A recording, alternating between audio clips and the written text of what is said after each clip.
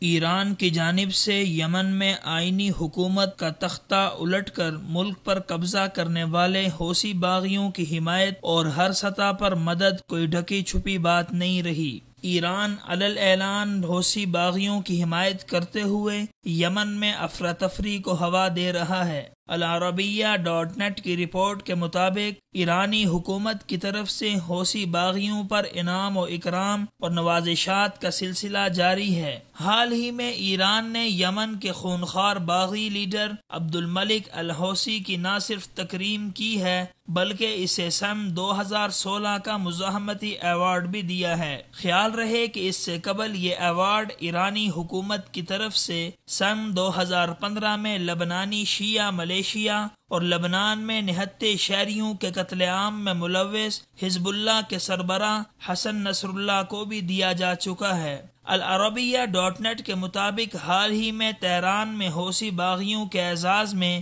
ایک تقریب کا انعقاد کیا گیا تھا جس میں عبد الملک الحوثی کے نمائندہ عبداللہ المروانی نے شرکت کی۔ تقریب میں ایرانی پاسداران انقلاب کے چیف محمد علی جعفری، پاسیج موبلائزیشن کے سربراہ بریگیڈیئر محمد رضا نقوی اور بریگیڈیئر مہدی جمران سمیت کئی دوسرے سینئر فوجی افسران نے شرکت کی۔ تقریب میں یمن کے حوثی لیڈر عبد الملک الحوثی کی مسلح کارروائیوں پر مزاحمتی ایوارڈ برائے 2016 جاری کیا گیا۔ یہ ایوارڈ عبداللہ المروانی نے وصول کیا۔ ایرانی خبر رساں ایجنسی تسنیم کے مطابق یمنی حوثی لیڈر کے لیے مزاحمتی ایوارڈ تہران میں 14ویں مزاحمتی فلمی میلے کے اختتام پر منعقدہ ایک تقریب میں دیا گیا ہے۔ اس سے قبل یہی ایوارڈ لبنانی شیعہ ملیشیا حزب اللہ کے سربراہ حسن نصر اللہ کو بھی دیا جا چکا ہے۔ مبصرین کا کہنا ہے کہ ایران کی طرف سے یمن کے حوثی لیڈر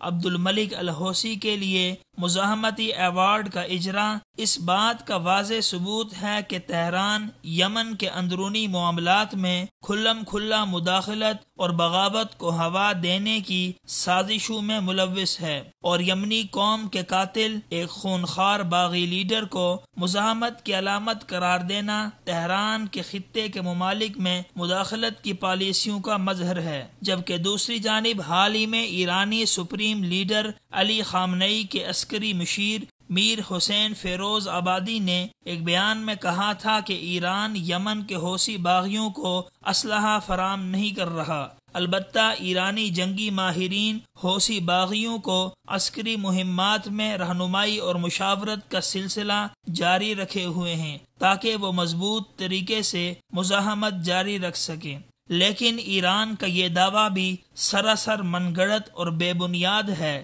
کہ تہران حوثی باغیوں کو اسلحہ فراہم نہیں کر رہا، کیونکہ یمن سے سعودی عرب پر داغے گئے کئی بیلسٹک میزائل جن میں سے بیشتر کو فضا میں ہی تباہ کر دیا گیا تھا ایرانی ساختہ تھے، جو کہ اس بات کا واضح ثبوت ہے کہ خطے کا امن و امان تباہ کرنے میں ایران کا بڑا ہاتھ ہے۔